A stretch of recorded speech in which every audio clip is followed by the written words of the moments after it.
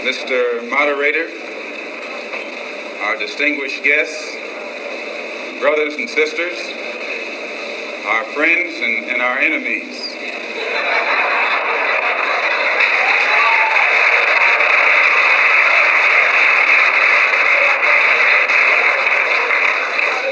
Everybody is here. As many of you know, last March, when it was announced that I was no longer in the Black Muslim movement, it was pointed out that it was my intention to work among the 22 million non-Muslim Afro-Americans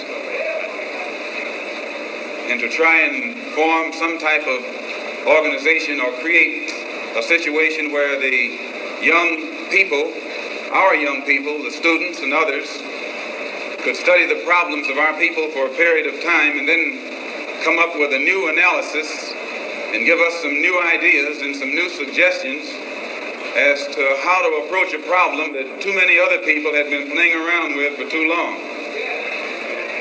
And that we would have some kind of meeting and determine at a later date whether to form a black nationalist party or a black nationalist army.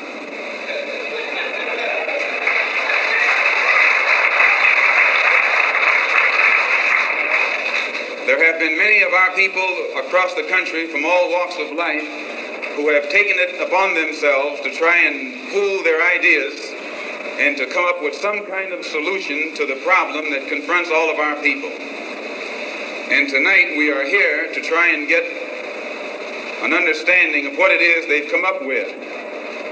Also, recently, when I was blessed to make a trip or a pilgrimage, a religious pilgrimage to the holy city of Mecca, where I met many people from all over the world, plus spent many weeks in Africa, trying to broaden my own scope and get more of an open mind to look at the problem as it actually is. One of the things that I realized, and I realized this even before going over there, was that our African brothers have gained their independence faster than you and I here in America have. They've also gained recognition and respect as human beings much faster than you and I. Just 10 years ago on the African continent, our people were colonized. They were suffering all forms of colonization, oppression, exploitation, degradation, humiliation, discrimination, and every other kind of Asian. And in a short time, they have gained more independence, more recognition, more respect as human beings than you and I have. And I live in a country which is supposed to be the citadel of education, freedom, justice, democracy, all of those other pretty soundings. So it was our intention to try and find out what was our African brothers doing to get results so that you and I could study what they had done and perhaps gain from that study or benefit from their experiences. And my traveling over there was designed to help to find out how. One of the first things that the independent African nations did was to form an organization called the Organization of African Unity. The purpose of our organization of Afro-American Unity, which has the same aim and objective, to fight whoever gets in our way.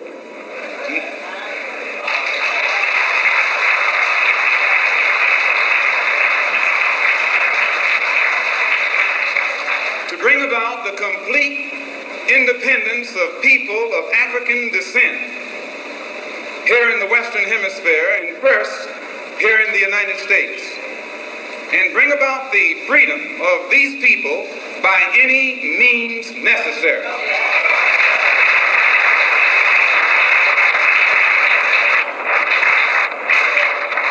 That's our motto. The purpose of our organization is to start right here in Harlem, which has the largest concentration of people of African descent that exists anywhere on this earth. There are more Africans here in Harlem than exist in any city on the African continent, because that's what you and I are, Africans.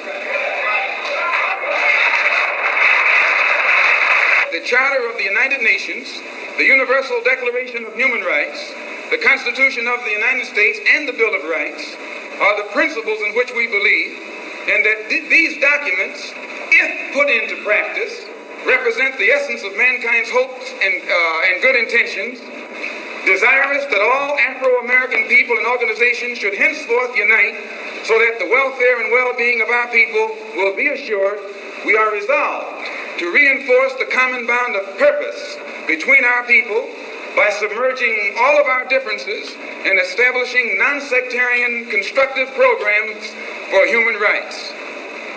We hereby present this charter. Number one, the establishment. The organization of Afro-American unity shall include all people of African descent in the Western Hemisphere. In essence, what it is saying, instead of you and me running around here seeking allies in our struggle for freedom, in the Irish neighborhood or the Jewish neighborhood or the Italian neighborhood, we need to seek some allies among people who look something like we do. And once we get their allies, it's time out for you and me to stop running away from the wolf right into the arms of the fox, looking for some kind of help. That's a drag. Number two, self-defense.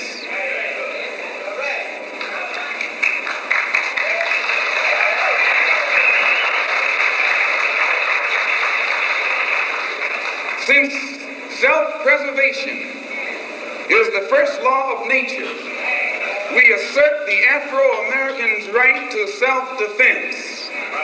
The Constitution of the United States of America clearly affirms the right of every American citizen to bear arms. And as Americans, we will not give up a single right guaranteed under the Constitution. The history of unpunished violence against our people clearly indicates that we must be prepared to defend ourselves, or we will continue to be a defenseless people at the mercy of a ruthless and violent racist mob. We need to stick together. We need to stick together.